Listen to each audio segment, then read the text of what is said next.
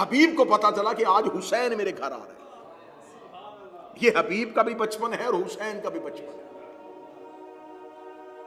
हदीस की किताबों में है, रिजाल कशी ने लिखा कि रसूल एक दफा मदीने के बाजार से गुजर रहे थे और जनाब हुसैन करीम बादशाह मदीने के बाजार में थे। रसूल ने देखा कि छोटा सा बच्चा जो हुसैन के पीछे पीछे और हुसैन के पांव से मट्टी उठाता है और अपनी आंखों को लगाता है।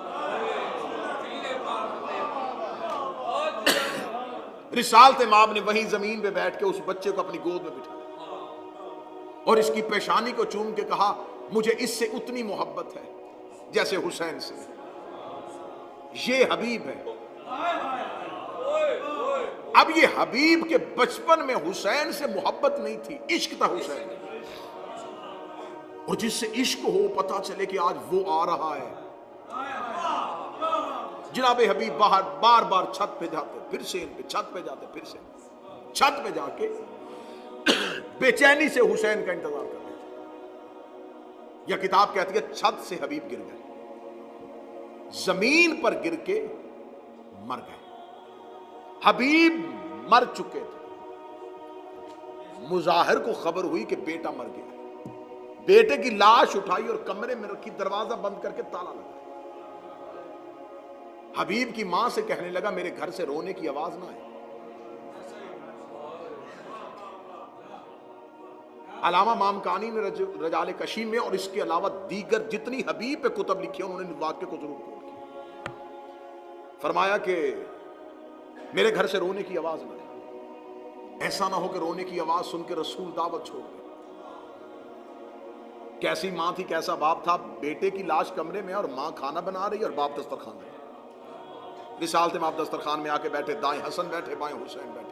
जब खाना लग गया तो हबीब के वालिद ने रसूल से कहा, बिस्मिल्लाह शुरू करें। रसूल ने फरमाया, हबीब कहां है? फरमाया, या रसूलल्लाह आप खाना शुरू करें, हबीब बाहर बाजार में होगा।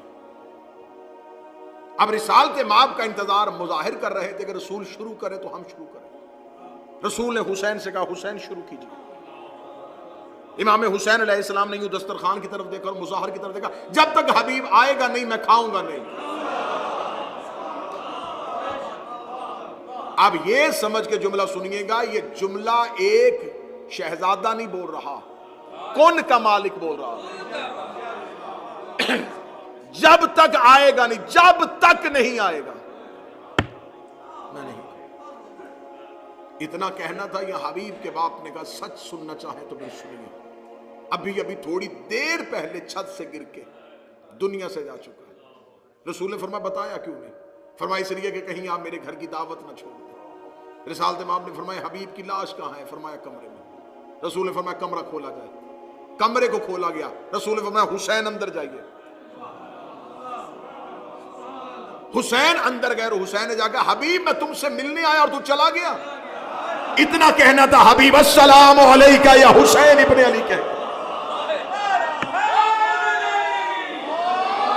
हबीब के पास दो जिंदगियां हैं, एक अल्लाह ने दी थी,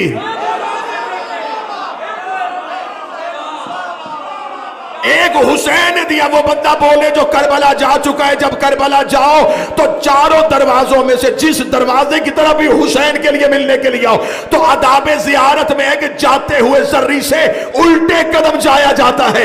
हुसैन की जर्री पे जाओ तो पहले भी हबीब का सलाम होता है, वापसी पर भी हबीब का सलाम।